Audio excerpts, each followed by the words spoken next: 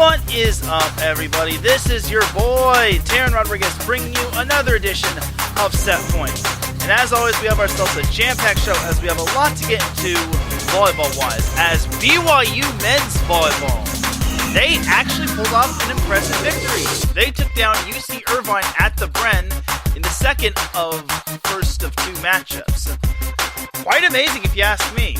And how about Long Beach State men's volleyball, handing Penn State its first home loss in the regular season in 22 tries? Quite impressive. Can the Beach do it again on Friday when they take on Loyola? Also, Sara Hughes and Cheng are at it again when it comes to winning beach volleyball tournaments, as they win their first beach volleyball tournament of 2023. But it certainly wasn't easy. Plus, we have some more NCAA women's volleyball transfers to get to. So you know what the deal is. Hand me a volleyball. Set up the net. Because I'm about to serve you up some volleyball action here on Set Point. This is Teran Rodriguez bringing you another edition of Set Point here on IE Sports Radio. Your direct feed for all that is sports.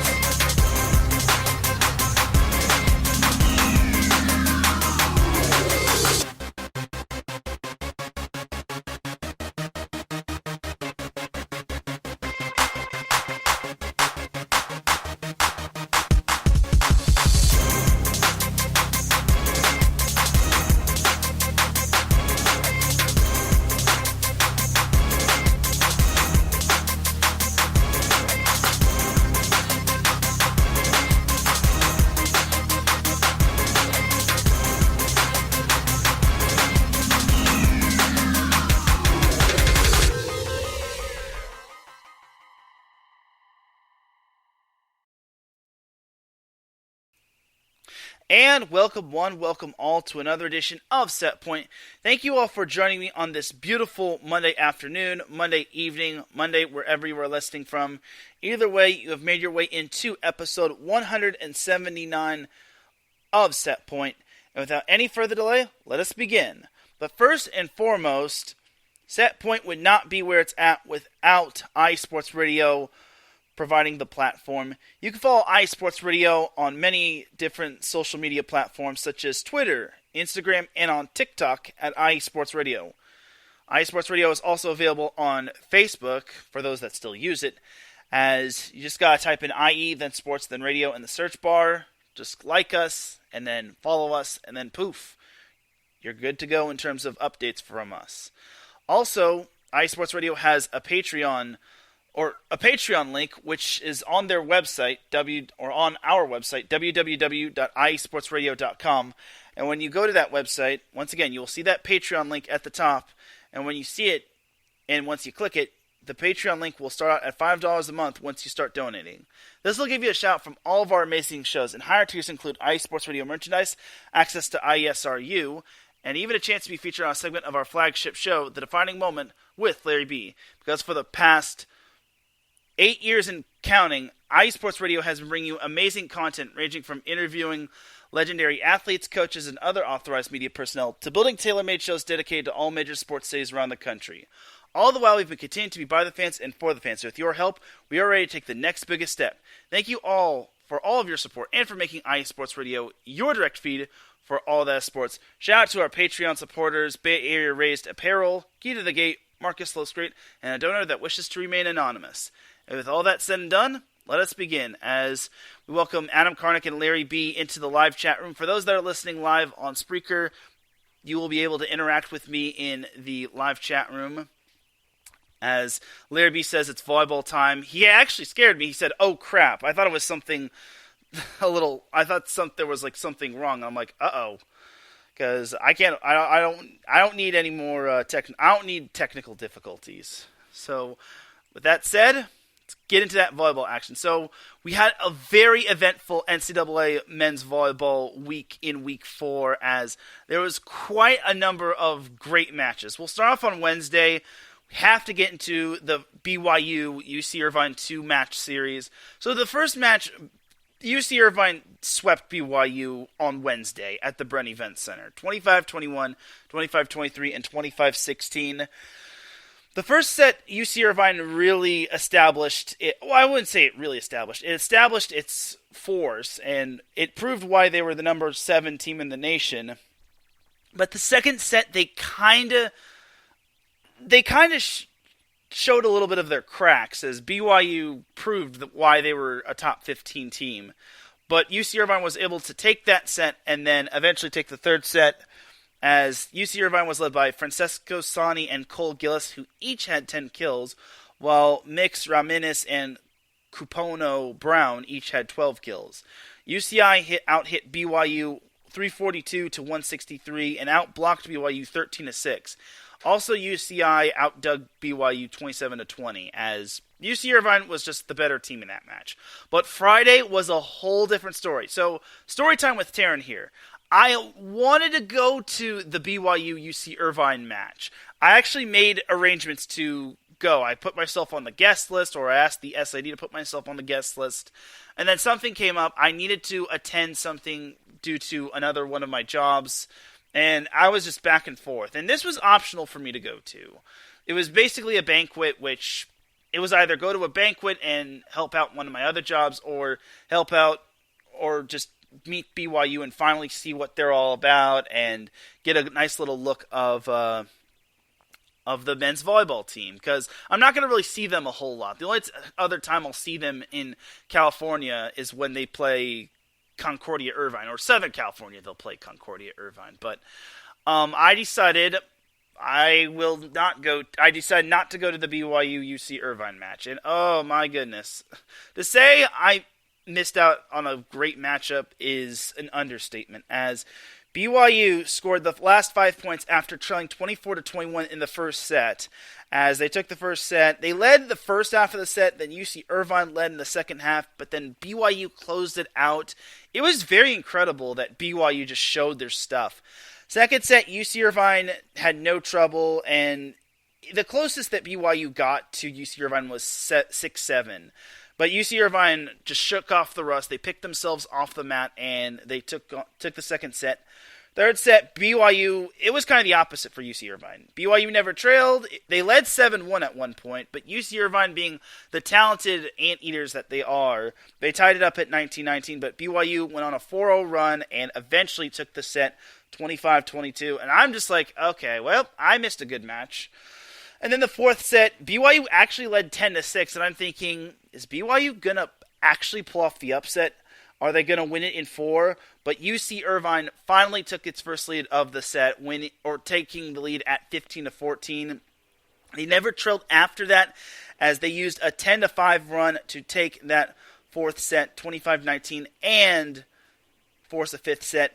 But then BYU jumped out to a 7-2 lead, and it was pretty much game over from there. UC Irvine got to as close as 3, trailing 6-9, as BYU never trailed, it was never tied, and they just took that fifth set, handing UC Irvine its first loss of the season. And for UC Irvine, this loss kind of has to sting, just because, well, for starters, they were off to a 7-0 start, which was one of their best starts since it started 9-0 back in 2009. So unfortunately for the Anteaters, it's just a live and learn process, just because BYU is surprisingly good. I thought they have a young team, but they're actually proving themselves quite nicely. Obviously, there's going to be stiffer competition, but I really thought that those Cougars really proved themselves, as BYU was led by Mix Raminis, who had 20 kills. He hit 324.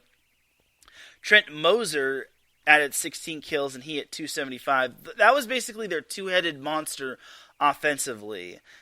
There wasn't really a third head on that monster, but someone else that stepped up was Tion Taylor, who had 13 blocks and 6 kills, and Mitchell Worthington added 12 digs. As a team, BYU hit 254, which is pretty impressive.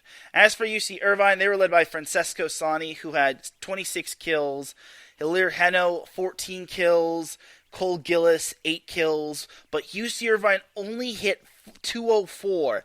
That is not the UC Irvine I knew when it came to this season. I thought this was going to be a high-powered offense, and for me, I think it's good that they got the loss out of the way, just because now that takes some pressure off of them when it comes to going undefeated, because it is tough to go undefeated in a men's volleyball season. Look at what happened with Long Beach State and Hawaii and all of that.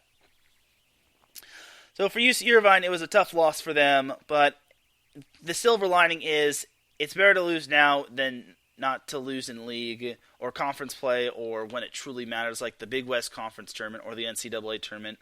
So, but for BYU, it kind of reinforces the narrative that BYU is young, but they're very scrappy and they work hard. So I think BYU is going to do great guns, and this is going to be their big test. And they need to get some of these big-time matches out of the way, and they need to learn from these big-time matches just because, well, MPSF play is going to be quite the bear to tackle in terms of BYU, because UCLA is loaded, USC is loaded, Grand Canyon should be up there, Pepperdine and Stanford are going to be challenging UCLA for the crown, and honestly, I really think that BYU is putting themselves in a good position to possibly, hence the word possibly, throw its name into the hat. I mean, it's going to be tough to keep up with that level of competition on a nightly basis, but BYU is showing some good chops, and I'm actually going to try to see them,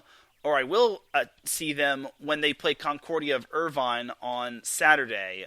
Not this Saturday, but sometime down the road once conference play gets into full swing. As we welcome Mike Pat in the chat room, he says, "Good evening, Teran. Have a great show." Thanks, Mike. So next up, we have to go back to Wednesday. Long Beach State picked up its first big win of the season, but this was a very weird match. So first set, Penn State comes out swinging. They never let up. They never trailed. They took that first set 25-18. It was just a strong first set. And even though Long Beach State was hitting 300 in that first set, Penn State hit 565 and they only had one hitting error. That was huge for them. And set two, it looked as if Penn State was going to go up 2-0 in the match. They were up 21-18 in that second set, but Long Beach State kept narrowing the lead down. Penn State only led 22-21. Eventually, the set was tied up at 23-23. And as Alan Knipe said in his opening week press conference earlier today, the fact that his team was able to win the sets based off of deuce games, basically you win 2 points in a row, it shows to a testament that Long Beach did really work hard, and this team is talented. And also, something to keep in mind is that Long Beach State was not at full strength. Like, some of their players were even playing sick. Alan Knipe told me that Clark Godbold wasn't 100%. He told me that Mason Briggs, the libero, he was battling illness. And honestly, I can't wait to see what Long Beach State can do against a top 5 opponent at 100%. And again, this is just a great testament to the Long Beach State grit. Now, set 3, again, this was kind of another tale of two sets, two halves of the set. As Penn State, it was tight early on, but then Penn State got the lead at 21-17, but then Long Beach State eventually chipped away at that lead. They eventually had the set tied at 23-23, but Penn State had set point at 24-23, but Long Beach State won the last 3 points, and they won the third set 26-24.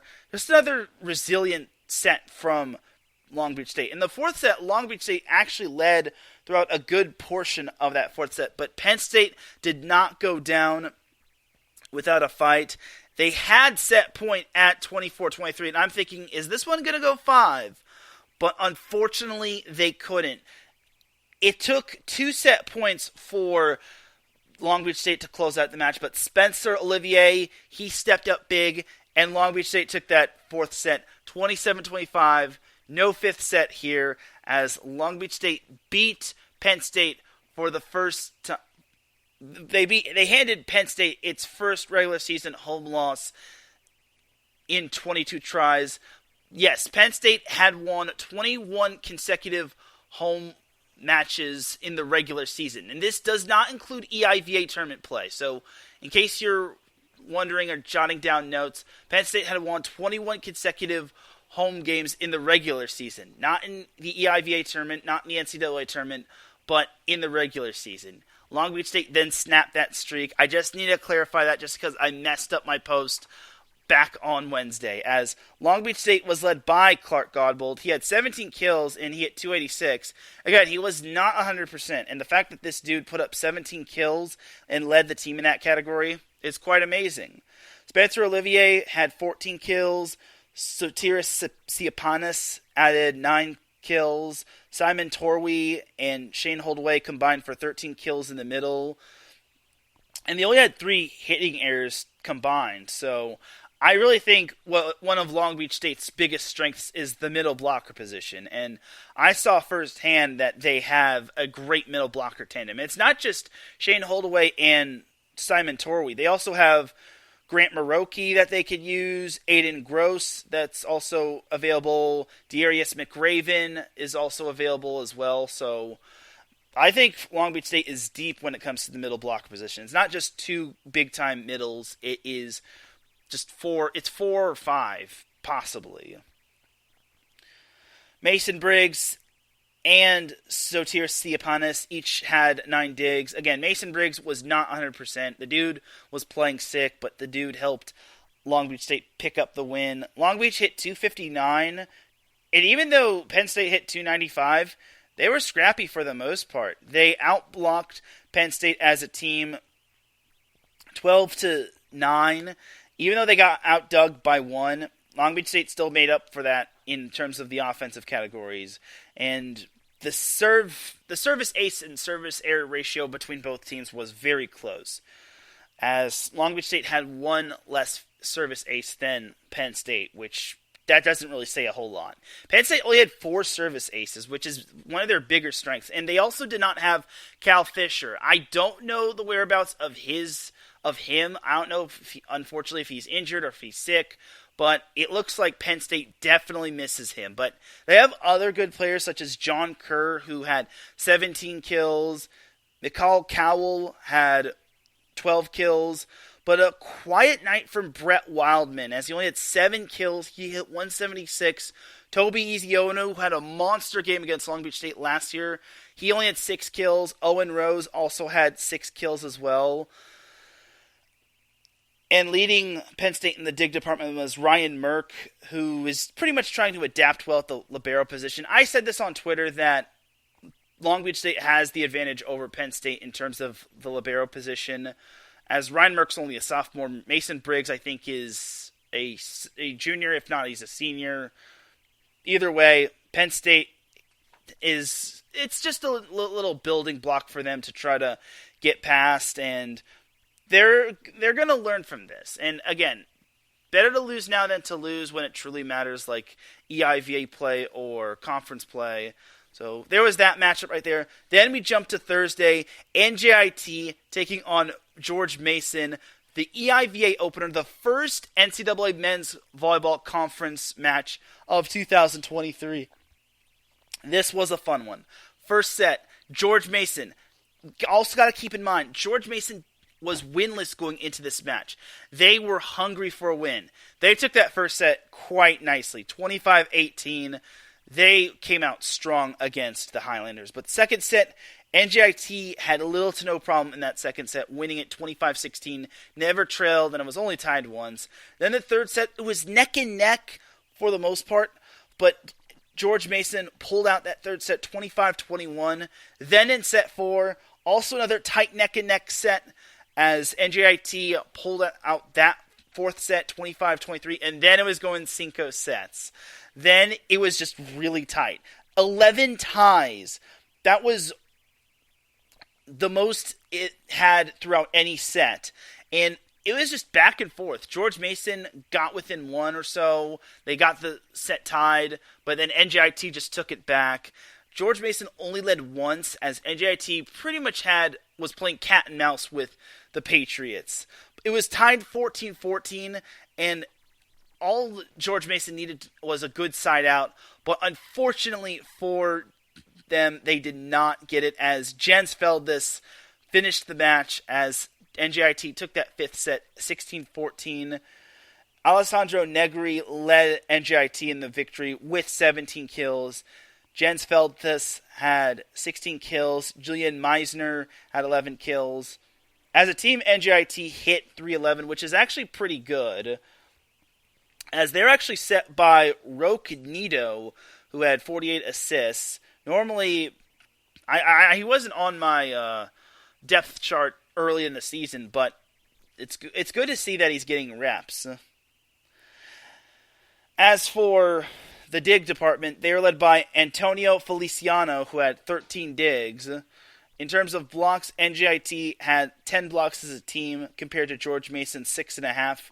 George Mason was led by Liam French, who had 14 kills, while Jack Bowles had 12 kills. Omar Hoyos added 10 kills, as George Mason I wouldn't say only hit, but they hit 242, and they actually hit 444 in that fifth set. But NJIT hit a blistering 579, and they had 12 kills to only one hitting error, which was big time right there for the Highlanders. That was how close that fifth set was. It was just kill, side out, kill, side out, kill, side out, kill, side out. Just an amazing back and forth match. There was a reason why I put this as one of my matches to watch for, and this match did not disappoint. It's a bummer that the Patriots lost, just because they're still looking for that first win, and now they're kind of, I wouldn't say behind the 8 ball in terms of their conference, but it's been a little bit of a rocky start. So for the team from Fairfax, Virginia, that is hosting the NCAA men's volleyball tournament or the National Collegiate men's volleyball tournament this year, it's been that type of start, but there's still plenty of season left, and there's lots of time in EIVA play. Then also on Thursday, we had Princeton receiving votes taking on number 13 Ohio State. Ohio State won the match, as the first set they actually took it in close fashion, 27-25. And I thought that was kind of the tipping point going into that second set. They won that second set 25-18. It looked as if Ohio State was going to win, as they had match point in that third set, but Princeton, being the scrappy team with that Jersey grit, pulling out the third set win 30-28, but then Ohio State shut the door on Princeton, winning that fourth set 25-23. Jacob Pasteur led the way for Ohio State with 17 kills. He hit 556. Samuel Clark had a double-double with 12 kills, 11 digs, and 4 blocks. Cole Young had 11 kills, hit 643. Princeton was led by Ben Harrington, 18 kills, 343, 6 service aces and 4 blocks, while Nero Omine, 14 kills, 3 aces. Ohio State, however, out-hit Princeton 339-178. Just a rough end to that Princeton-Ohio State match for the Tigers. The two faced one another on Friday, and this will close out my noteworthy NCAA men's volleyball matches from week number 4. So the first set, Ohio State really laid down the wood in that first set. They won it 25-13. Second set, Princeton just eked out that second set win 25-23. Then the third set, it was tied at an early portion of that third set, but then Princeton really started to rip some points here and there. They eventually took the third set 25-17, and I'm just looking at this match while I'm about to go into my banquet. I'm thinking, can Princeton finally pull out that big-time win? And I had a good feeling that Princeton could actually have upset Ohio State, but the Buckeyes were just too good. That fourth set, they won it 25-17. In the fifth set, Ohio State just got off to such a fast start. They were up 5-1, and they never looked back as they won that fifth set 15-9. Pasteur led the way for Ohio State with 20 kills and a .410 hitting percentage, along with 2 aces and 6 blocks. Jack Stevens had a double-double. He had 10 kills with a .412 hitting percentage and 10 digs. Ben Harrington led the way for Princeton with 20 kills. He hit .459, but unfortunately, he missed 9 serves. I'm not going to try to rag on that just because you will see a lot of missed serves in NCAA men's volleyball, but 9 serves is not going to really help out your team. And I feel for the poor guy. Nero Omine added 18 kills, as the two actually had 38 out of Princeton's 49 kills. And Ohio State, even though Princeton hit over 300, Ohio State still out-hit Princeton 387 to 303 as Ohio State defended the Cavalli Center. And they really did a great job doing that. So that's pretty much that for your NCAA matches, NCAA men's volleyball matches from week number 4. That was pretty much it in terms of the notable upsets, as BYU was kind of the only big-time upset. I was kind of surprised Long Beach State pulled out the win, just because Penn State had that regular season winning game streak, which that actually stretched all the way back from the 2021 season. And then for Long Beach to pull out that win, even though they weren't at 100%, obviously that's huge for them just because their schedule is picking up. That was only the first of many ranked opponents that they're going to be seeing consecutively. This week they have Loyola of Chicago. The great thing for them is that they will be returning back to Southern California, or they have returned back to Southern California. They will be in Southern California for their next 3 matches against Loyola this week, and then they've got 2 big matches against UCLA, which is obviously a huge matchup, but we're not going to look that far ahead. Long Beach State still has to deal with Loyola, which also went undefeated undefeated on the week, that is. Well, and while they did do so, they haven't really had the chance to prove themselves. I wouldn't say they haven't proved themselves, but the opponents that they've beaten aren't really anything to ride home about. I think that they have potential. They do have some good top-notch players like Cole Schlafhauer, but you kind of have to look at their schedule, who they've played. They have not played one ranked opponent, and their only true impressive win, in my opinion, was NJIT, and that was when they won on the road. They've played Missouri S&T, King of Tennessee, UC San Diego, NJIT, LIU, Maryville, which surprisingly took a set off of Loyola of Chicago, as well as LIU. And then St. Francis of Brooklyn, they swept quite nicely. This week, Loyola has Long Beach State, as I said, but they also have a sneaky good matchup, which could be a potential trap game, as they play at Concordia. Those Eagles are very scrappy, as Uriel Batista, that dude is on a whole nother level. But as long as Concordia doesn't really build their offense or build their entire game on just Uriel Batista, I think that Concordia might have a shot at challenging them. But if it takes Uriel Batista having to carry the entire team, then so be it. But I think for Loyola of Chicago, this is probably their most challenging week of the season. Just because they're playing in a different time zone. They're no longer on that central time zone. They're now in the Pacific Standard Time Zone. And they have back-to-back matches. They've got Concordia, which, again, scrappy team. They don't have the big-time wins, but they have Uriel Batista, and they have some promising players. And then they've got Long Beach State, which I think is big.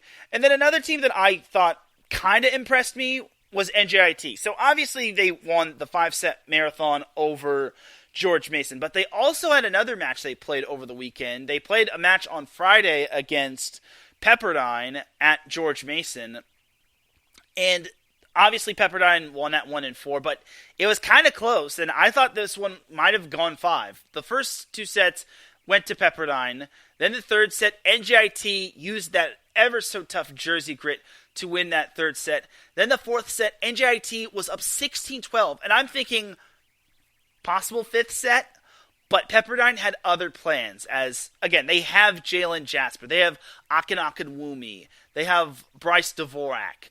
The list goes on in terms of players regarding their talent that they have. And they didn't need that 5th set, as I want to say Pepperdine outscored NJIT 13-5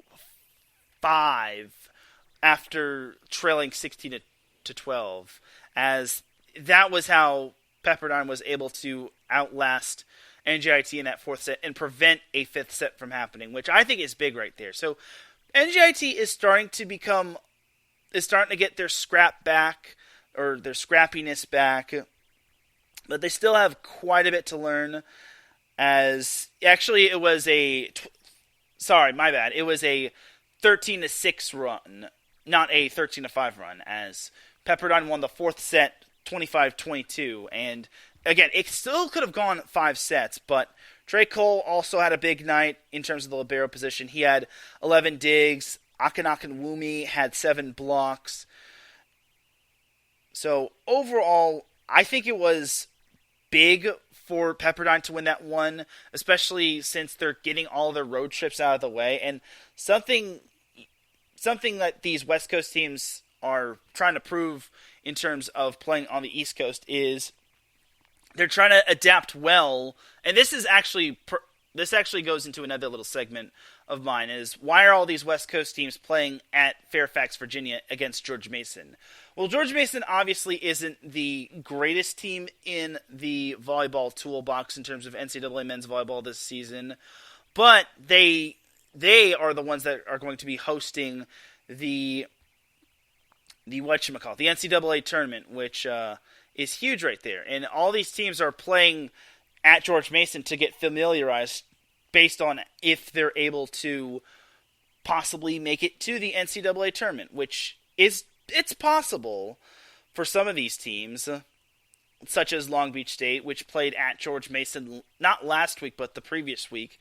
And then UCLA is playing at George Mason later on this week.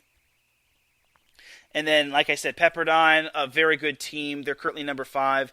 They just played. So these West Coast teams and some of these other teams are also going to be playing at George Mason. Expect to see Grand Canyon there. They could possibly contend. Ohio State is a somewhat possible contender that could contend in the MIVA if they play their cards right. Like I said, UCLA, expect them to be there. Lewis might be able to make it, but the MIVA is so stacked. I don't know if they'll be able to keep up with that conference. Not trying to say that they're not going to do good, but I just think that that conference is just way too loaded for them to make a statement. But there's plenty of time in terms of the season. And that's pretty much that in terms of all the other notable contender teams that are playing at George Mason. Just Pepperdine, UCLA, Long Beach State, GCU, and Ohio State. So it's good to get that familiarity, if I'm pronouncing that correctly. Blech. As you know where the campus is, you know where everything is, and you're actually playing comfortably in Fairfax, Virginia, whereas if you're going there for the first time, you have some intimidation factor. So that's kind of a good little tidbit for some of these NCAA men's volleyball teams that are playing in Fairfax, Virginia against George Mason. And it's not just a filler match. So there's that right there in terms of that little segment. So we're going to we won't pump the brakes on the NCAA men's volleyball scene, as we have to get into this week's top 15. And long story short, the top 15 is still the same in terms of its teams. No one dropped out, but there was some movement, as 15 through 11 consists of UC Santa Barbara at 15, Lewis at 14, Ohio State at 13, Loyola of Chicago at 12, and BYU at 11. 10 through 6 consists of USC at 10, Grand Canyon at 9, Ball State at 8, UC Irvine at 7, Stanford at 6. Then 5 through 11 consist of Pepperdine at 5, Penn State at 4, Long Beach State at 3, UCLA at 2, and your still number 1 team in the 2023 NVA/AVCA Men's National Collegiate Coaches Poll is, for January 30th, Hawaii. So that's basically your coaches poll. A lot of flip-flops, as Lewis and UC Santa Barbara flip-flopped. BYU and Loyola of Chicago flip-flopped, probably because Loyola of Chicago lost a few sets to teams that they were probably heavily favored against. And then BYU obviously had that win over UC Irvine, which was huge right there. Then Stanford and UC Irvine flipped spots just because UC Irvine fell to BYU. What wasn't the worst loss that they could have afforded? It still is a little against a young BYU team, and for UC Irvine, they have a lot of returners from their team, and they have some good key additions, such as Joe Carlos, who is excelling well at the setter position. So overall, for the AVCA coaches poll in NCAA men's volleyball, they pretty much got it right. Now, UC Santa Barbara, they're still number 15, and they have one of the best strength of schedules as of right now. But but if I recall correctly, they are 1-6, as those poor Gauchos, they've seen better days, as unfortunately for them, they have not had the best ride ever since their season opening win against USC, as those poor Gauchos, it's just been rough for them. But honestly, I think they'll eventually get it together, but they're eventually going to have to turn it around soon, just because I think there's only 2 weeks left until Big West Conference play starts, and that's when it starts to get really, really. Yes, there's 1-6, and they've lost 6 in a row ever since they beat USC, and it doesn't get easier for poor BYU or poor UC Santa Barbara, as they've got Pepperdine this week, and then the following week they are at BYU. Then they've got an interesting Wednesday match against Vanguard, which, no offense to the NAIA team, but I can see UC Santa Barbara winning that. And then they've got UC San Diego, and then eventually they've got Long Beach State, which, boy howdy, that's going to be a tough one. But fortunately, UC Santa Barbara has some time to basically get it together. The Gauchos, like I said, they've lost 6 in a row, and 3 of them have been in 5 sets. They lost to Lincoln Memorial in 5. They lost to Stanford and USC in 5, both on the road, mind you. And then, obviously, 2 of their losses in 3 sets were to UCLA, which that team is, I wouldn't say they're playing on a whole nother level, but that team is stacked. And then the other sweep came against Stanford, which, they're very talented. They're turning a good portion of their team. They did not lose any starters from last year. And that Stanford team is on a mission, just because most of those players on Stanford were basically a part of the whole possible Stanford men's volleyball is about to get shut down unless something miraculous happens. And that miracle did happen.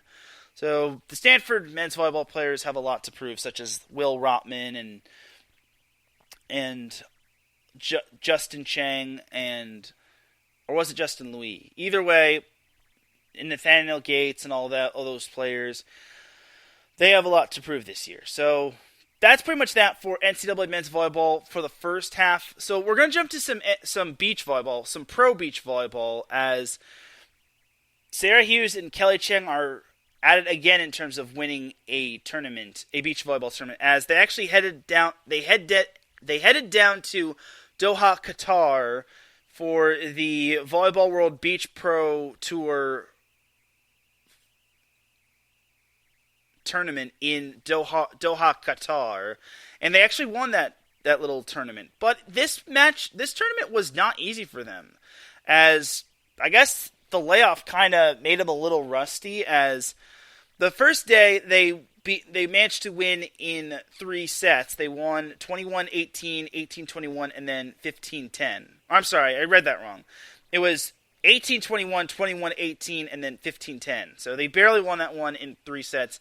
But then they suffered their first loss as a reunited pair, as they lost to a pair from Brazil in 3 sets, 21-18, 20-22, and then 16-14. They lost a deuce match in that 3rd set, and that was a tough one. And then they also lost in their second pool play game. This was a pool play game, as they lost to another pair, as they lost the match 18-21, 21-19, and 16-14. Another deuce game that did not go their way in that 3rd decisive set. So for Sara Hughes and Kelly Cheng, obviously it was tough, but they closed out pool play with a win over a pair from Germany, 21-14 and 21-15. Then in the main draw quarterfinals, they actually drew a pair that they were familiar with, Teran Rodriguez and Kristen Nuss, and they actually won that one in 5. And oh my God, the 5th set was such a marathon. They lost the first set 19-21.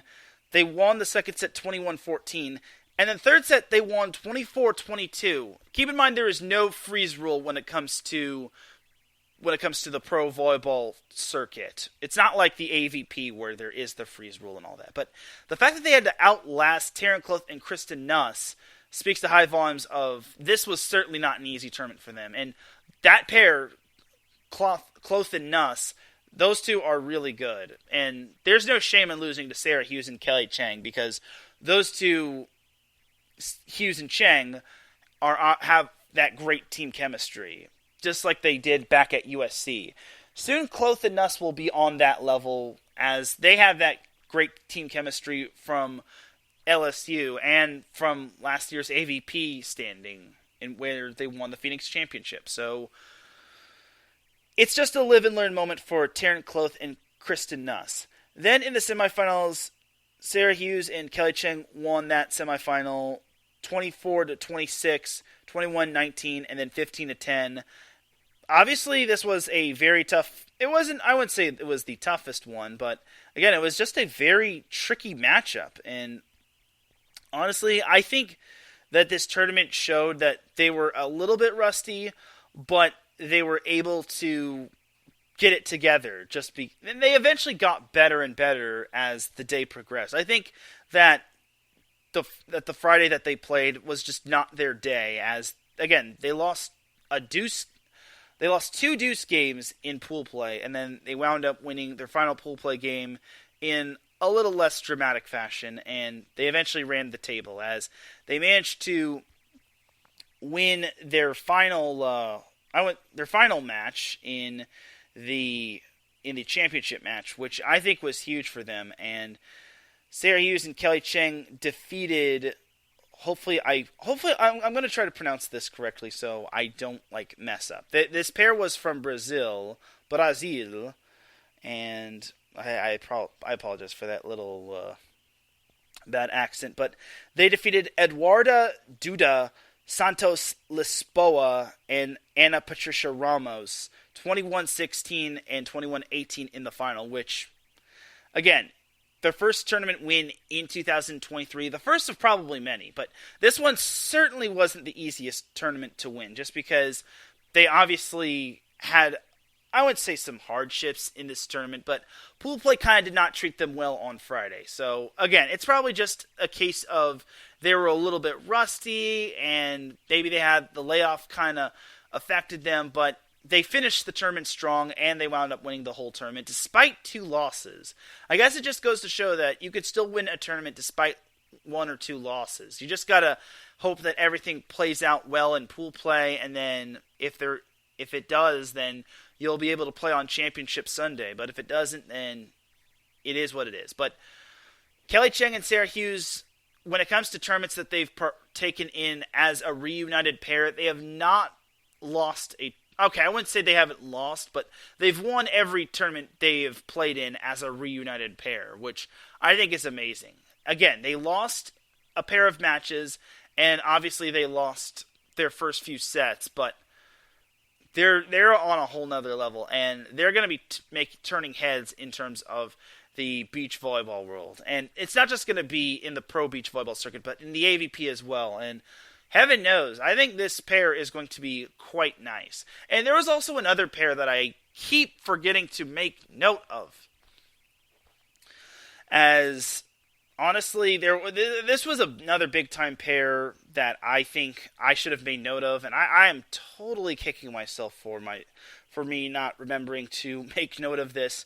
But Kelly Kalinsky, Sara Hughes' partner from last year, she actually has a new partner, which I think is big time right there, as her new partner is none other than... Can we get a drum roll, please?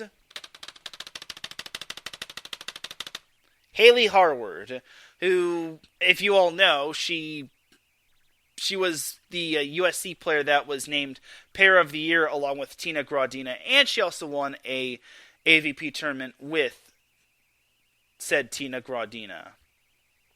But that's big time right there, just because Haley Harward and Kelly Kalinsky are definitely going to make a great pair. And here's some some quick facts about Kelly Kolinske. She is actually Pepperdine's all-time winningest beach volleyball player, and I said this earlier on Twitter. I said Haley Harward is one of the AVP's up-and-coming stars, while Kolinske has been in the AVP since 2015. Now, she did have surgery. I think it was on her knee, one of her knees, and she had to miss the rest of the AVP season, which was quite the bummer for her. But it's all good, and now she has a new partner, and I think this is great, as I think for Kelly Kolinske and Haley Harward, this is going to be a great combination of experience as well as,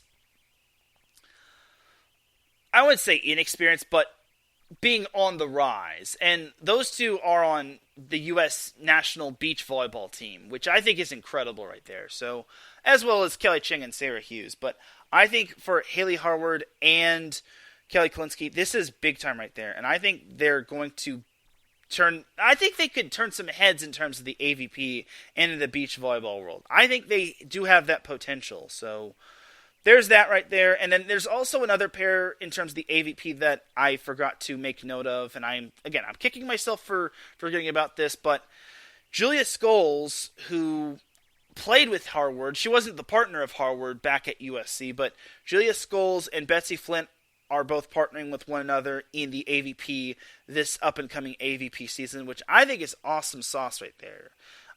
Like Haley Harward, Julia Scholes is one of the up-and-coming AVP players. She has been through a lot. She's had quite the journey. She was a standout indoor player back at North Carolina. Then she suffered a few concussions here and there, and then she transferred. I think she went to Hawaii, and then she eventually wound up at USC, where she won 2 national championships.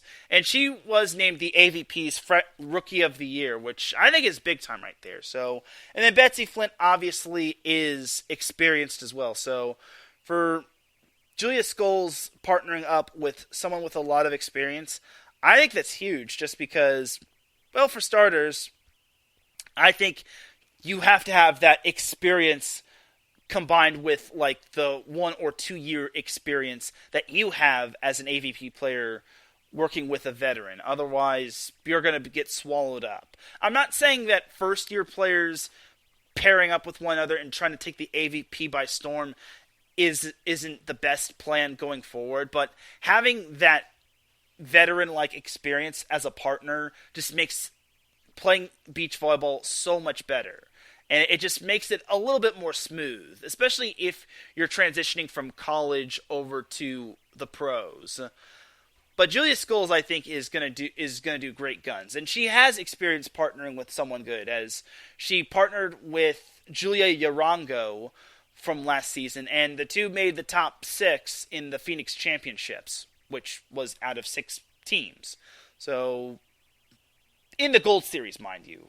So that's pretty much that for AVP news. I'm trying not to forget any other AVP news just because AVP is volleyball too, you know. And even though I'm not the most knowledgeable when it comes to the AVP, I definitely got to include it just because it's the AVP and beach volleyball is volleyball too. End of discussion. All right, so that is pretty much that for beach volleyball right there. We're going to take ourselves a quick little commercial breaky break, and when we come back, we will have the Week 5 preview of the NCAA men's volleyball season, and then we have to get into some NCAA women's volleyball transfers, and we have ourselves a coach getting an extension, a 5-year extension for that matter. Which coach will that be? Keep it locked here. You are listening to Set Point here on IE Sports Radio, your direct feed for all that sports. We'll be right back after this.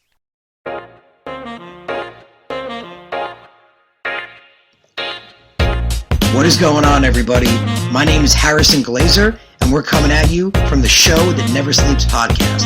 I cover the Jets, the Islanders, the Nets, and the Yankees. This is Pierre Moss, and I cover the Mets, Knicks, Rangers, and the Giants. Our show is live every Wednesday through Spreaker and a bunch of other ways to get our content. Again, we're the Show That Never Sleeps podcast. We talk about all those New York sports. It's a lot of fun. We get into all of it. Please tune in. Again, that's Wednesdays at 6 p.m. And we look forward to having you guys right here on IE Sports Radio, your direct feed for all that is sports.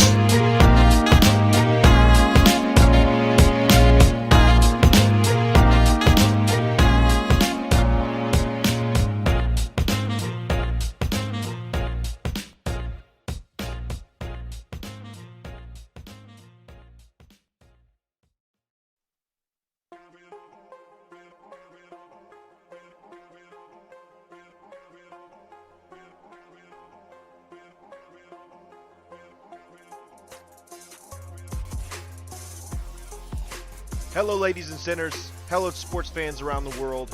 Hello, IE Sports family.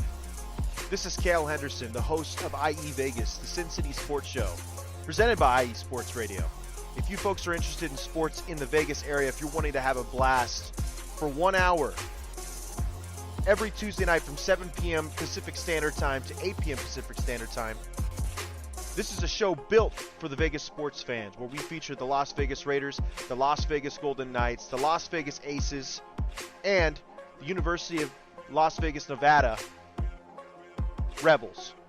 Hopefully, fingers crossed, MLB team coming soon. Either way, if you folks are looking to have a blast for 1 hour each and every week, tune in Tuesday, 7 p.m. Pacific Standard Time to 8 p.m. Pacific Standard Time.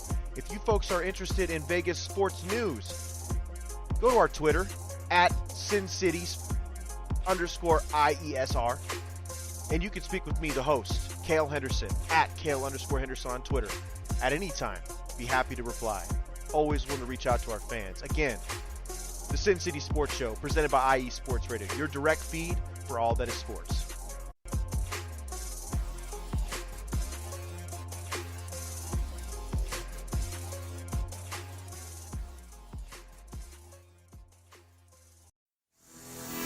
Sports fans, do you like teams that are tough, cities that are tougher, and fan bases that are passionate about their teams? How about teams that are historic and stadiums that are iconic?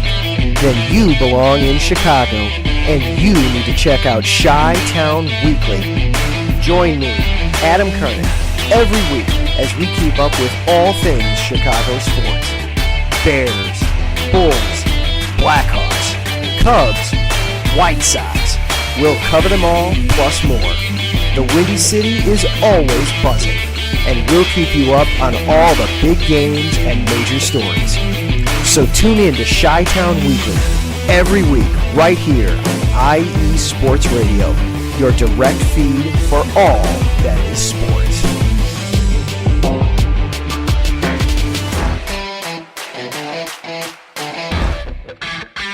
Back with segment number 2 of Set Point here on IE Sports Radio, your direct feed for all that sports. Definitely check out all of our amazing shows, such as Chi-Town Weekly, which pretty much goes on an hour before I do. There were some technical hiccups beforehand, but it's all good. Adam Kornick was able to iron it out, and he did a great job with his show. Also, check out our other amazing shows. We have 27 shows on IE Sports Radio, but who's counting? With all that said and done, let's get on into the second segment of Set Point. We'll start it off and go back to NCAA men's volleyball, as we have 11 ranked-on-ranked matches this week. That's why I titled this show called 11 Heaven, as we have 11 ranked-on-ranked matches. So we'll start off on Wednesday. Number 15, UC Santa Barbara, taking on number 5, Pepperdine. The two also play on Friday at the same place. Now, for UC Santa Barbara, in order for them to win this match, they're going to have to play some darn good volleyball, as they have to pretty much play clean against Jalen Jasper and the Waves. Or should I say Him Jasper, just because Jalen Jasper is him. And I made a mistake. Friday, the two teams are playing at UC Santa Barbara. Wednesday, they're playing at Pepperdine. Friday, they're playing at UC Santa Barbara. Both matches will start off at 7 p.m. Pacific time. So for the Gauchos, they've lost 6 in a row, but they don't have much to lose, as they face a Pepperdine team that has only lost once, and that was to Penn State, which there's no shame of losing to that team. So for the Gauchos, again, this is based. They have the strongest strength of schedule, as they've played UCLA twice, they've played Stanford twice, they've played USC twice. They're definitely not shying away from the competition, that's for sure. It's just that they kind of have to get it together before conference play starts. But fortunately, the schedule, I wouldn't say starts to lighten up, just because next week they're at BYU for 2 matches, and then they've got Vanguard and UC San Diego, which UC San Diego is another team that's trying to prove themselves, but I digress on that.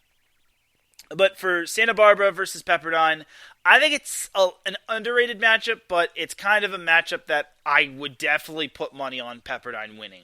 Not that I'm trying to promote gambling or anything, but for the Gauchos, it's going to be an uphill climb, but this is going to get them prepared for Big West Conference play, as they have some good key pieces. They have Ryan Wilcox, Dane Chalmers, Brandon Hicks. Jaden Glenn is adapting well at the libero position. Jack Walmer has done well at the setter position after transferring from Hawaii. I think the Gauchos will be fine going forward. And who knows, maybe they can topple BYU next week. But we're not looking to next week. We're looking at this week. Then on Thursday, now I don't know how many people remembered that this matchup was a thing, but Thursday and Saturday, number 11 BYU heads down to Muncie, Indiana to take on number 8 Ball State. So Thursday's match will begin at 7 p.m. Eastern Time, while Saturday's match was originally a Friday match. It will be played at 3 p.m. Eastern Time. So for the Cougars, they now have to go on the road yet again as they play the Ball State Cardinals, which they've won 4 in a row ever since losing the first 2 matches against Hawaii. But Ball State hasn't really beaten anyone. You also got to remember that they had to go 5 with Tusculum. Fortunately for them, they did get Caleb Jennis back into the lineup, so I think everything is good. I don't think Ball State lost him due to injury. I think there was just some players that had the night off or just had limited play, just because Ball State doesn't need to risk losing certain players to injury. So for Ball State, this is kind of where you need everyone to play against BYU, just because last year BYU was actually able to take 1 of 2 against Ball State, chirp, chirp, as Ball State I wouldn't say they need to prove themselves, but I feel BYU is certainly not going to be the easiest opponent. I think BYU can play with Ball State, and if they were able to upset UC Irvine on the road one time, they can at least contend with Ball State. I think Ball State is good, but they just can't be one-dimensional running it around Caleb Jennis. Otherwise, it's going to be problems for the Cardinals. Then on Friday, we have a jam-packed Friday. Starting off on Friday and on Saturday, we have number 7 UC Irvine hitting the road to the Cactus State, Arizona, to take on number 9 Grand Canyon. Friday's match will start off at 7 p.m. Mountain Standard Time, while Saturday's match will start off at 5 p.m. Mountain Standard Time.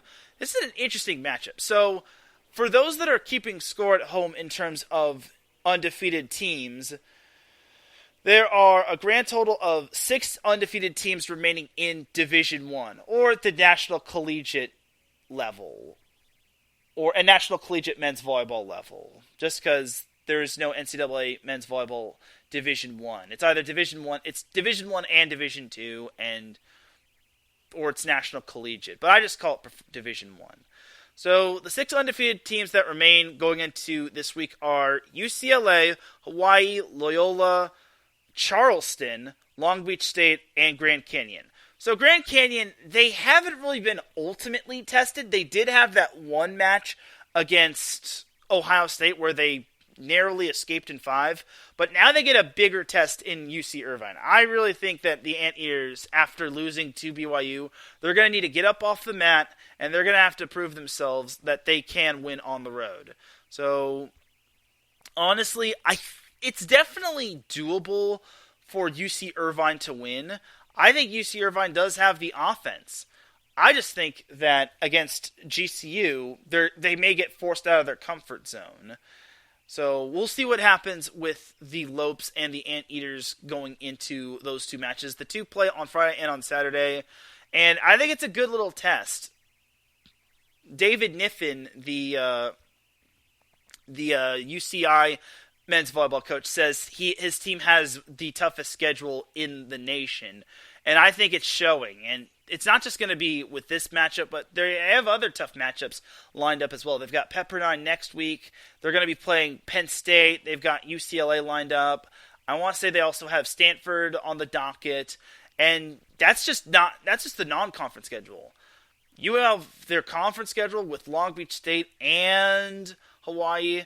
That's going to be a barn burner right there. That's a barn burner right there. Adam Karnick asked a question in the chat room. He says, 6 unbeatens left. Is that common for this point in the season? Yes and no. So I guess I'll break down these unbeaten teams. So Long Beach State, I kind of expected them to be unbeaten. If it wasn't going to be Long Beach State, it was going to be Penn State. That would have been unbeaten. UCLA, they're expected to be unbeaten at this point just because they haven't really had too big of a test. Hawaii men's volleyball, they were expected to be unbeaten at this point just because they return all their starters from last year's national championship team. That's kind of they were expected to be 6-0 unless they were to have lost against Ball State in the beginning of the season. Loyola of Chicago, based on who they've played, they were expected to be undefeated at this point of the season. Now, Charleston is a very interesting team. I'll get into them later, but like I said, Long Beach State, they were expected to be undefeated. And GCU, Grand Canyon, I think they were kind of expected to be undefeated as well. I mean, their only big test was against Ohio State, and that's not really the greatest test in the world. The only other teams that they've played are George Mason, which that goes alongside of visiting Fairfax and wondering what the host school is going to be like in terms of the NCAA tournament and where it's at. They played Lindenwood twice. In their most recent matchups, they beat Erskine and UC San Diego. And then this week, they play Lee's McRae, which I want to say that's like an NAIA school. So, yeah. So, there's that right there. And so, for GCU, this week is kind of a big week for them, just because they have 2 weeks left until they kick off MPSF play, and they actually have to go on the road against USC. They actually have a 4-game road trip to start off MPSF play. So, there's that right there in terms of GCU. Now for Charleston. So Charleston, they're also unbeaten as well, but consider this. They're 7-0, but their opponents that they've beaten are Belmont Abbey, DeUville, Lincoln Memorial, Quincy, King University of Tennessee, Thomas More University, and Tusculum. Majority of those schools are like first year or like second year, third year programs. Nothing against that, but Charleston has not beaten anyone significant, as this week they are at home against Erskine. Next week they play Alderson Broadus, and they also have Wittenberg. They have Wittenberg twice. They've got a tri-match. Interesting. And then they kick off EIVA play the following week against Harvard, which I think Harvard's a little underrated. So to answer your question, Adam, I don't think it's that common. I think it's kind of common depending on the schedule that certain teams have played. I expected UC Irvine to be undefeated because I was talking with NPSF Bias, aka Jonathan Bates on Twitter. I said I expect UC Irvine to. I think UC Irvine could be undefeated going into the matchups against GCU. Yeah, that didn't really age well, just because BYU had other plans. But it was really tough to project how good BYU was, considering they had not played outside of Smith Fieldhouse, a.k.a. Provo, Utah. So I wouldn't say that's too common, but I would say don't be ultimately surprised. If that answers your question nicely, Adam. Anyway, so back to the matchups at hand. So, yeah, UC Irvine and Grand Canyon, number 7 versus number 9. It's going to be a great matchup right there between those two teams. I think Irvine can definitely pull out the win, but don't sleep on those Lobes. I think GCU is a solid team. Then on Friday, we have my matchup that I am going to. Number 12, Loyola, heading down to the 562, the Pyramid, the Walter B. Pyramid, to take on number 3, Long Beach State. So Loyola, like I said, they have not really proven themselves, and they actually went down in the rank after dropping a set to Maryville, and they also dropped a set to LIU. So for Larry, and I guess I might as well entail this question. Larry B asks, how good will Long Beach State be this season? Oh, they're very good. They're going to be very good this year.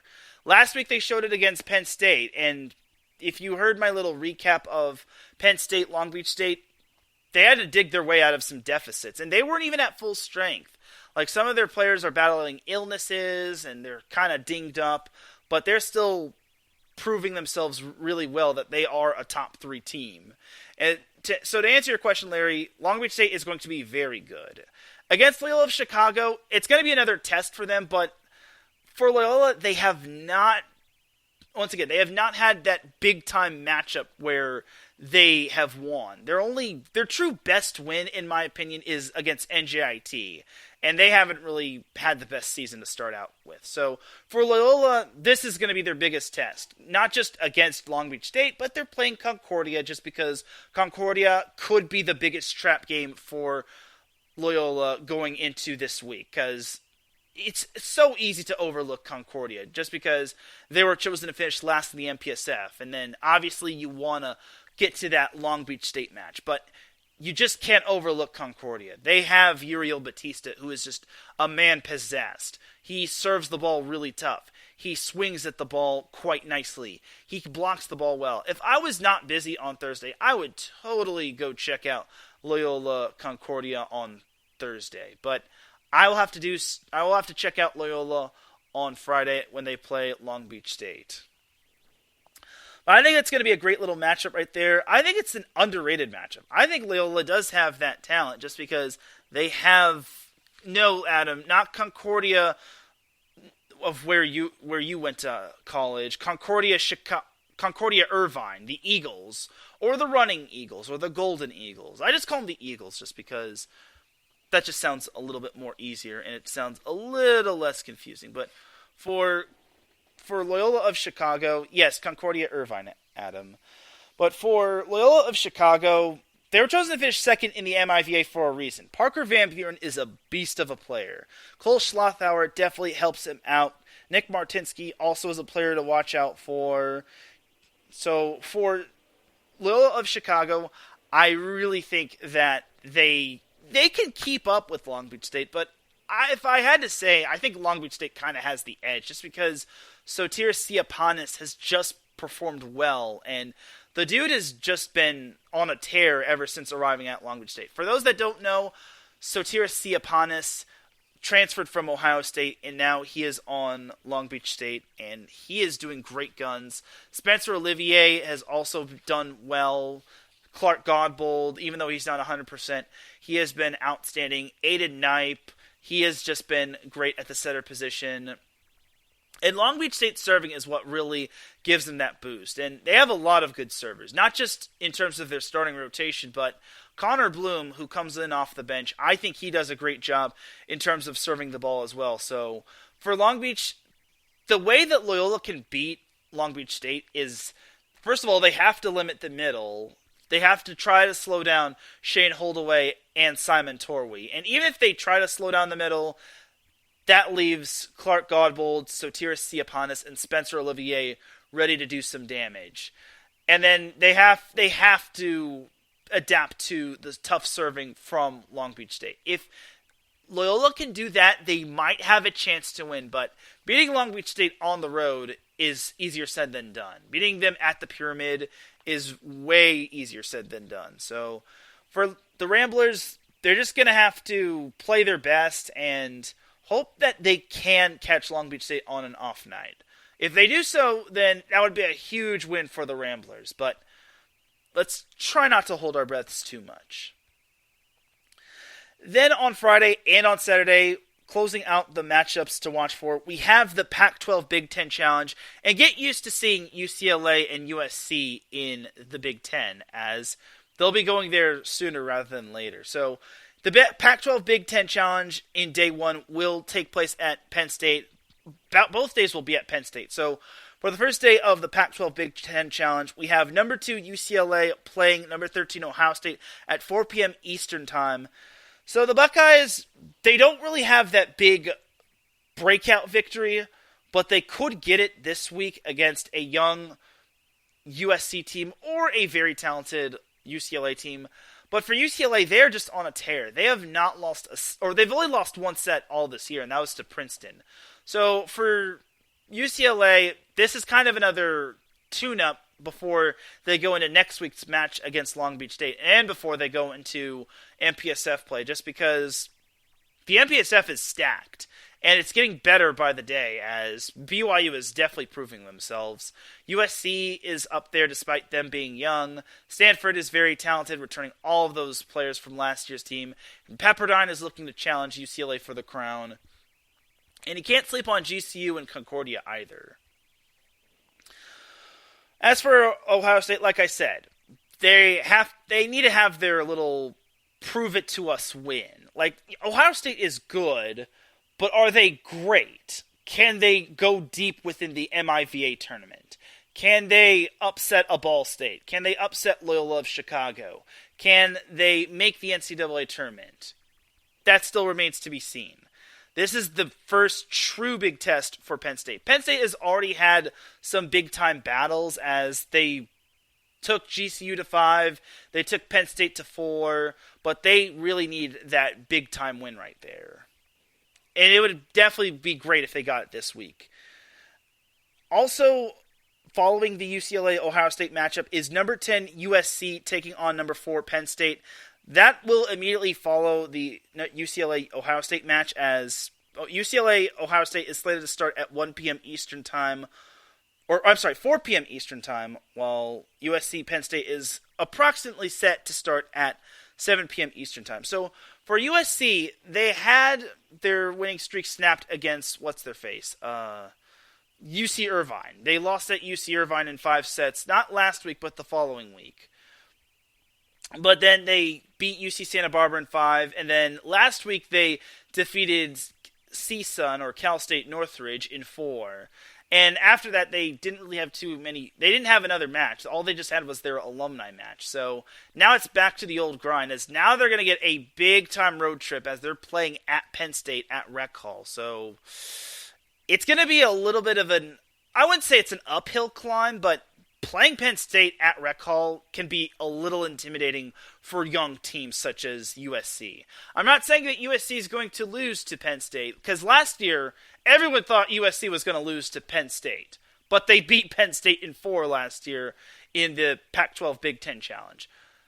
This time around, USC's got a young team, but if they serve the ball tough, I think that's going to be how they win the game. I think if they serve tougher than Penn State does, then I think they can win that one. And also, can Dylan Klein have a big match on the road in a true road game outside of California? Can all the other players step up for USC? And has USC figured out its setter? Will they go with Ryan Sprague, or will they go back to their first setter that they had when they started the season out? Those are a lot of questions that I'm willing to ask, and I basically asked this question for USC. Who will their starting setter be? And they have lots of potential setter options, and I think they might be settling in on Ryan Sprague, but they also have other setters on the team as well. And like I said, the starting setter position is up in the air. But it just can't be Dylan Klein leading the way all the time. They have to have Kevin Coburn and Simon Gauss step up. I think it's possible. Lucas Frazran definitely is someone to watch for USC this weekend. I definitely think, and then also watch out for Noah Dyer as well. I think he can do some damage at the libero position as well. He also functions well as a decent setter, so if you see him set, don't be surprised. And then Penn State, obviously losing to Long Beach State was tough, but they're going to have to get up off the mat and move forward. USC is definitely a worthy opponent, and I could definitely see USC being a trap game just because they have UCLA the following day to close out the Pac-12 Big Ten Challenge. And it's so easy to overlook a team that is young, inexperienced, and not as ranked as the other opponent that is right behind them. But for Penn State, I know they're dinged up. I know they don't have Cal Fisher. I know Brett Wildman has kind of been in a funk. I know John Kerr has kind of had to lead the way, as well as McCall Cowell. And I know their libero is still young and learning. But for Penn State, I expect them to at least take 1 out of 2. I know I'm not trying to say USC is going to lose this match. I'm just saying that Penn State, other than that loss to Long Beach State at home, is relatively good on its home court. Oh yeah, and we can't forget about the loss to Princeton. Yeah, other than the loss to Princeton back in the EIVA semifinals, and other than last week's loss to Long Beach State, Penn State is primarily a good home team when playing at Rec Hall. So don't be too surprised if Long Beach State, or I'm sorry, not Long Beach State, Penn State goes or at least goes 1-1 on the week, but their next matchup following USC is going to be a big-time matchup. But before we get into the UCLA-Penn State matchup, we have USC-Ohio State to kick off day number 2 of the Big Ten Pac-12 Challenge, or vice versa. Like I said, this is going to be the battle of young team versus team that returns a good chunk of its players from last year. Last year, Ohio State won this matchup, which I kind of was a little surprised just because USC was coming off of that great win over Penn State last year, and then they just fell to Ohio State. This time around, Ohio State, I wouldn't say USC is going to win easily. I think Ohio State could actually win this matchup just because Ohio State does have a good amount of its returning players. The thing about Ohio State is they've played some darn good opponents like GCU and Penn State. But their big problem is that they don't have that big standoutish win. And even against Princeton, they kind of struggled. So for Ohio State, this would be a huge opportunity to pick up at least 1, possibly 2 ranked wins. And that could definitely shoot them up in the AVCA coaches poll. If that happens, then watch out for those Buckeyes. They can definitely make noise in the MIVA. And then my match of the week, and the match to close out the Pac-12 Big Ten Challenge, number 2 UCLA at number 4 Penn State. The Bruins, like I said, they are a well-oiled machine. They return a majority of their All-Americans. And those players from last year's team that lost or got reverse swept in the semifinals against Long Beach State last year, they left a lot of meat on the bone, and they know that. So it's obviously easy to look ahead to next week against Long Beach State, but their opponent right then and there is going to be Penn State. They have to focus on Penn State following Ohio State, because if they look ahead to Penn State next week, then it could be troublesome for the Bruins. Whereas for Penn State, they have to prove themselves that last week was a little bit of a blip in the radar. Like, they had Long Beach State on the run. The second and third set, they were up 21 to 18 and 17, and then they had set point in sets 3 and 4, but they just could not close out. Penn State, being a very experienced team, they should know. I know Long Beach State is good. I'm not trying to take anything away from the beach, but I thought Penn State would have definitely been able to close out those sets, those close sets. Just because if they can't close out sets against Long Beach State, who knows what could happen when it truly matters. But again, last week was the case of it's better to lose now than to lose when it truly matters. And this week is a bigger test for them. I think Penn State definitely is going to be battle-tested this weekend, just like they were last week. So we'll see what happens with the Nittany Lions going into this week. So that is that for all the matches, NCAA men's volleyball matches to watch for this week. Let's jump on into some NCAA women's volleyball transfer news. So we have quite a number of transfers ranging from this week, from today all the way from last week following the show. So There actually was one transfer, not from this week, but from the previous week, that I did not get note of until I saw Six Rotations' transfer minute, which, for me, I wouldn't really call this an official transfer.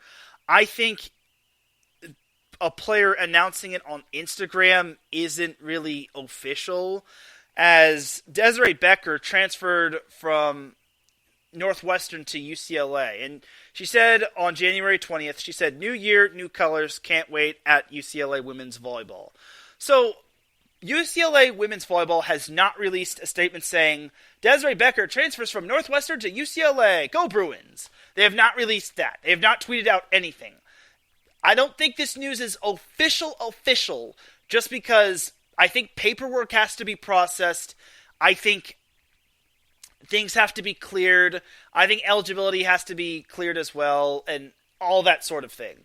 I made this mistake last year when I interviewed Long Beach State's women's volleyball coach Tyler Hildebrand. I mentioned Callie Schwarzenbach and a few other transfers that Long Beach State was getting, and the SID, when I interviewed Tyler, was right behind me when I asked that question, and she said, "Oh, that hasn't been cleared yet. I would advise not to answer." And it was all good. I wasn't in trouble, and I should know better than to ask recruiting questions or transfer questions. I don't think that's permitted for me to ask that when it comes to IE Sports Radio. I think that could land me in boiling hot water. So, long story short, for all these volleyball podcasts, volleyball shows, volleyball reporters out there, until you see an official report, an official press release saying this player has transferred to such and such school from such and such school, until you see that official statement, it's not 100% official that a player has transferred. I mean, obviously, college volleyball transfers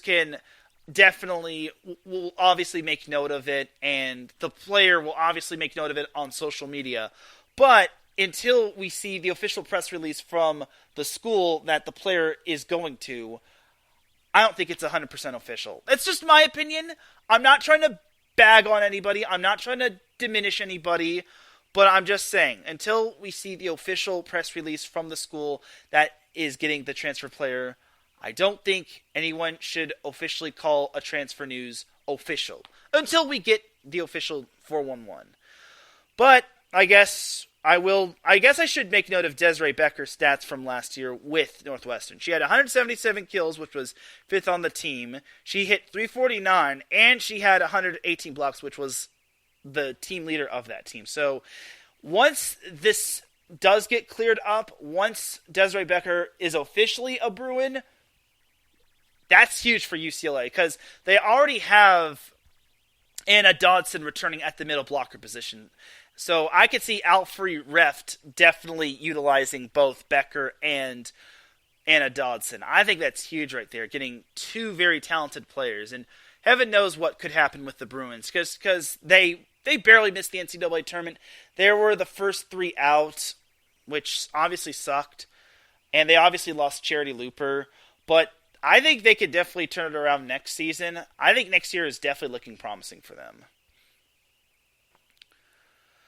So as for the official transfers, so this transfer happened 6 days ago, or actually no, I think it happened after I went live with my show. If you all remember, I went live with my show at 2 p.m. Pacific time as opposed to my normal 6 p.m. time slot. So Sania Petties transferred from Mississippi State to Arkansas, as she was 4th in kills with 162, as she hit .292, which I think was a team best.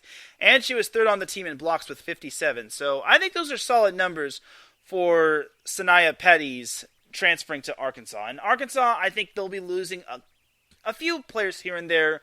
But I think with Petties, I think they definitely can make up for that, for those departed players. Also on Monday, we had Ellie Beichelmeyer, as she is an outside hitter / opposite, as she's a graduate student who transfers from Rice over to Creighton, as she was 4th in kills on Rice. Now you're probably thinking, well, 4th in kills on Rice, that's not too great, right? Wrong. She had 284 kills, she hit .313 last season, and she was 4th on the team in blocks with 46. I definitely think Creighton got a good one, as they're already stacked with offense with Nora Sis, Ava Martin, Kiara Reinhart, and Kendra Wade. With Bickelmeyer, that's just even better. That just makes them even much more better and dangerous. Then also on Monday, we had Kiari Roby, who transfers from Oregon to Florida State for indoor volleyball. She is a redshirt junior. She posted 92 kills and 70 blocks for Oregon this past season. And considering that Florida State lost Emma Clothier to SMU, I think Roby will make a great addition. I do not expect her to replace Clothier that fast, but I do expect her to possibly get some minutes. I don't think she started a whole lot for Oregon, because the whole offense was basically Mimi Collier and Brooke Nunaviller, as well as as well as one of their young middles as well. So I think losing out on Roby kind of hurts Oregon, but you'll see that it won't ultimately matter. Then on Tuesday, we had Cece McGraw transferring from Ohio State to Minnesota. So remember how Ohio State had 4 of its top players enter the transfer portal just because of not enough scholarships and not enough graduate programs? Well, Cece McGraw transferred to Minnesota, probably because Minnesota has enough scholarships and they have the graduate program for her. And that's huge, just because Kylie Murr transferred from Ohio State to Minnesota. Considering Minnesota lost Cece McGraw to graduation, and they only have one other libero on their spring roster at the moment, Kylie Murr is an excellent addition for Minnesota following Cece McGraw graduating. So Kylie Murr, I think, is a big addition for them. And Minnesota's always been that defensive team. So definitely keep an eye out for Kylie Murr on Minnesota. Then in terms of beach volleyball, Audrey Rothman and Audrey Koenig, who was on the Florida State indoor team, will now be transitioning to beach, as they will be playing beach volleyball. And in addition, Florida State beach volleyball just got back Morgan Chacon from Long Beach State. So Morgan Chacon obviously started off at Florida State in terms of indoor and beach volleyball, and then after last year's beach volleyball season where Florida State fell just short to USC, Morgan Chacon transferred over to Long Beach State along with her sister, who transferred from Purdue. But now Morgan Chacon is back playing at Florida State, which personally I think it's heartbreaking as a Long Beach State fan, but I think for Morgan Chacon, she's going to kill it at Florida State in terms of beach volleyball. And I think she just has unfinished business to attend to. I think if she were just to basically just up and leave Florida State and then just not return back, I think it would just leave a bad taste in her mouth, or it would just give her that hunger that there's just more unfinished business to attend to. Then we have Julia San Giacomo, as she transfers from Santa Clara to Northwestern. Now, for Northwestern fans, I'm going to educate you on who Julia San Giacomo is. She is a 6'4" outside hitter, and she is a beast. She was a beast of a player for Santa Clara.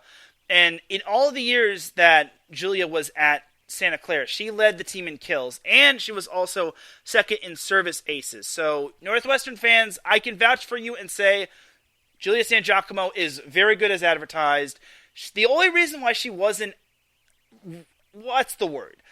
ultimately noted was because Santa Clara wasn't really the best team in the West Coast Conference. They had to play second fiddle to the likes of San Diego, Pepperdine, BYU, LMU, San Francisco, the list goes on and on. So it wasn't that Julia San Giacomo was bad, it was just that Santa Clara wasn't on the level of those teams that I just named. But getting Julia San Giacomo is huge, just because you never know what you also got to remember that Temi Thomas Ilara is in the transfer portal as well. So getting Julia San Giacomo is big time right there. I promise you, Northwestern fans, you won't be disappointed with her. Then transferring from from Oklahoma is Morgan Perkins, as she, as a freshman, led Oklahoma in blocks with 111, and she was fourth on the team in kills with 155, with a hitting percentage of .416. And like I said, she was a freshman last season. So Texas A&M definitely got a good one in terms of Morgan Perkins. And considering Texas A&M now has a new coaching staff and they're picking up the pieces after missing the NCAA tournament the past 3 seasons, following them making the tournament and going to the Sweet 16 back in 2019, I think Texas A&M is starting to get better and better. Can they keep up with Kentucky as well as Florida and the other SEC teams that are improving? That all depends. Then we also have Allie Van Eekeren, as she transfers from High Point University to Penn State. Now, this is very interesting. So, obviously, we all know that Penn State got Mac Pedraza from Ohio State, and they also got one of Arizona State's setter from last year. But now they get another setter. This is I would say it's a problem, but it's kind of head-scratching. You now have 3 good setters. Obviously, they can run 6-2, but how are you going to fit all 3 of those setters in? I'm just saying, maybe Katie Schumacher-Colley has some sort of strategy, but it's like, how are you going to distribute 3 setters into one little team? Especially when 2 setters are graduate setters or graduate students. Either way, this is going to be quite interesting for next year's Penn State's team. Then we have, a couple days ago, we have Lauren Clark, who transfers from Florida Gulf Coast to UCF, or Central Florida, as she was third on the team in Florida Gulf Coast in kills with 257, and she was third in blocks with 65. So I think this is a solid transfer for UCF. And I think, considering they're going to lose McKenna Melville, I think getting her will definitely be a nice little addition for them. Then we've got the big old transfer news right here. Then we have Gabby Gonzalez, who transfers from Ohio State to Oregon. So just when we were all thinking, what's going to happen with Brooke Nunaville, with Oregon following Brooke Nunaviller? How is Mimi Collier going to carry the team? This news comes up as Gabby Gonzalez, who was freaking phenomenal from Ohio State, she transfers to Oregon, and that just makes Oregon so much better. And they're already getting a good incoming class in terms of their 2023 recruiting class, and they're probably going to get other transfers as well. So, yeah, Oregon is not going anywhere. I don't think they're going to be as good as last year. I don't know if they can make the Elite Eight like they did this past season, but I will say they're not going to roll over that easily. These Ducks are going to be quite good. Quite good.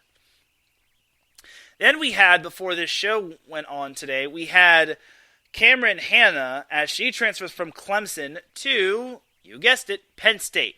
Now, this is a big-time transfer right here. She is only a junior, and she led Clemson in kills last year, she was a junior last year, but she led the team in kills last year with 394, and she was third in blocks with 54. So, considering Penn State loses Kashana Williams to graduation, who also signed a pro deal, this is big time right there. And Penn State is really loading up in terms of its players. They also got Jess Maruzic on the outside as well. I really think that Penn State is going to be something special to watch for this season. So you better watch out in Happy Valley, just because those Nittany Lions are on the rise. And that is that for all of the coaching transfer news. So last thing we got to go over is the coaching news. We didn't really have too many notable coaching news, but something that I missed last Monday, which, of course, this news happened to be after my show. So Scott Wong, the Pepperdine women's volleyball coach, he actually signed a 5-year extension with Pepperdine, which I think that's huge right there. Or he agreed to a 5-year extension. So For Scott Wong, he definitely deserves this, just because last year, I'm not even going to mention last year. The past 5 seasons have been quite phenomenal for Pepperdine and Scott Wong. So let's take it back to 2018. So 2018, Pepperdine actually managed to finish second in the West Coast Conference, which I think is incredible right there, just because BYU and San Diego are normally the two-headed monster. They got to the second round of the NCAA tournament, and it was quite the jump from 2017, where they finished tied for 5th. Their notable wins from 2018 included Hawaii in a 5-set match, San Diego in a 5-set win, and Northern Iowa in a 5-set win in the NCAA tournament. Then in 2019, while Pepperdine did not make the NCAA tournament, they finished in the top 3 in the West Coast Conference. Now, the problem with Pepperdine that year was that they had only one notable win, that was against San Diego. They had some good efforts against some talented teams, but unfortunately that's not going to really get the job done when you're Pepperdine, and you have to vie for that NCAA tournament spot. But Pepperdine finished 18-11 that year, good for 3rd in the West Coast Conference, but they received votes at the end of the season. And then 2018, I guess I should mention that they also received votes as well. They made it all the way to the second round, and they finished 22-9. Then in 2020, the COVID season, or the spring season, they went 17-4, and they finished second in the West Coast Conference, and they made it to the second round of the NCAA tournament, where they narrowly fell short to Baylor. Their notable wins included a sweep over number 12 BYU, and then a 4-set win over number 21 San Diego at the Jenny Craig Pavilion. So Pepperdine that year, I knew there was some potential with them, just because they got Meg Brown committed to them, and she was going to be quite the force even as a freshman. That was the case, and look at her now. She was one of the top players for Pepperdine this year. Then in 2021, Pepperdine went 22-6. They finished second in the West Coast Conference. They got all the way to the first round, where they unfortunately lost to UCF in 4 sets, and they received votes at the end of the season. Their notable win was against number 19 San Diego via a reverse sweep. So while Pepperdine didn't really have the season that it had the previous year, while they didn't have the success that they had in 2018, it's still pretty good. 22 wins is nothing to sneeze at, and finishing second in the West Coast Conference is no easy feat. Like I said, when you're having to contend with BYU and San Diego, as well as LMU and a few other good teams, it's not easy. For Pepperdine to finish second in that conference is quite impressive. And then last year was kind of a rough year for Pepperdine. It looked like it was going to be a very promising season. Their notable wins came against number 9 Baylor at the time, number 13 Washington on the road, number 6 Minnesota in their own tournament, and they also beat Washington State at Minnesota, which I think that's a pretty solid win as well, just because Washington State made it all the way to the round of 32. But you also got to remember for Pepperdine last season, they lost Rachel Aarons just because she quit. I wouldn't say she quit the team. She stepped away from the team just to focus on her mental health, which that really hurt the team just because she was kind of that grandmother of that team. And she was their catalyst. She was their number 1 hitter, their go-to player. So losing her for the remainder of the season in West Coast Conference play really left Pepperdine without an identity, as they lost a couple of big-time matches to Gonzaga, which was the worst team in the conference at the time, and then they lost to San Francisco via a reverse sweep. Both of those losses were reverse sweeps. And then they lost twice to LMU, which was their PCH Cup rival, and then they gave San Diego all that they could handle, but they just could not win. And then they lost to BYU as well. Fortunately for Pepperdine, they did make the NCAA tournament, as they made it as a last 4-in team, but they got dismissed in the first round in a 4-set battle against Stanford.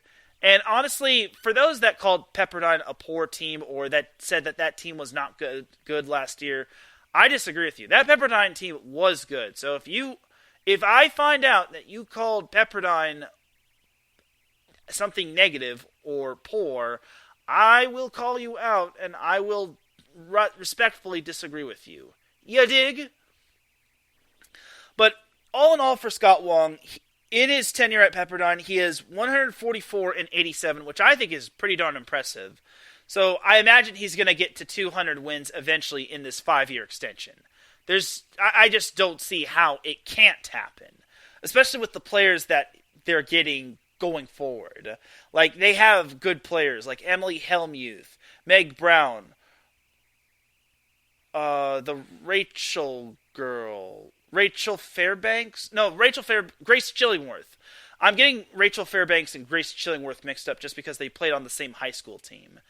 And then their big question mark will be their setter following Izzy Zalea's graduation. And also their libero position. I think Trinity Stanger might be the starting libero for Pepperdine next year, but it's all a wait-to-be-seen game. Like, after this week, there's going to be less than 200 more days until the NCAA women's volleyball season starts up in 2023. So, for those that are counting, that's kind of your little countdown right there. But for Pepperdine to close the door on them, I think Scott Wong definitely deserves this extension. I think he's going to do great things for the Waves in this time span, and I think he's going to get to 200 wins. I know he just lost his assistant coach, Steve Astor, to Kansas State, which he's now the associate head coach, and he's also a former set point guest, by the way. But I think Scott Wong and Pepperdine will be just fine. But that is going to do it for the NCAA women's volleyball transfer and coaching news. Before I head on out, one last thing. This Friday, I will be at Long Beach State for the Loyola Long Beach State match. And one more thing, I got to make note of one last thing.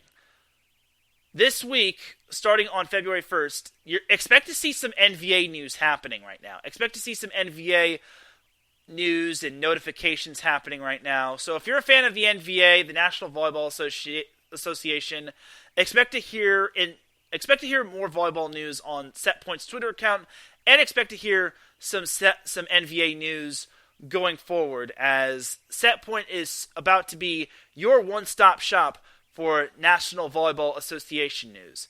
But on that note, that's going to do it for this week's episode of Set Point. It's that time, ladies and gentlemen, to drop the beat, because I'm about to dip like a banana in chocolate. You feel me? Thank you, everyone, for tuning in to Set Point. I really do appreciate everybody tuning in. If you listen live, I appreciate you. If you listen on the playback, I appreciate you. If you listen at work, I appreciate you. If you listen at any time, any place, anywhere, I definitely appreciate you. Shout out to the chat room, Larry B, Mike Pat, and Adam Kornick. I definitely appreciate everybody tuning in live. I will be back on Friday for the SoCal Supreme Sports Show. And like I said, Friday I will be at Long Beach State for the Loyola Long Beach State men's volleyball match. If you can, definitely come say hi. I will be at the scores table where you all can basically say hello to me, you all can meet me, and we can just chat about volleyball and whatnot. But until then, for everyone here at IE Sports Radio, this is Teran Rodriguez signing off. Have yourself a great rest of the week. Enjoy the volleyball action. Like I said, we have 11 ranked on ranked NCAA men's volleyball matchups. Make sure to use the hashtag NCAA men's volleyball, just because, unfortunately, the NCAA sadly will not be able to promote NCAA men's volleyball, but I digress. Until then, have a great week. Enjoy the volleyball.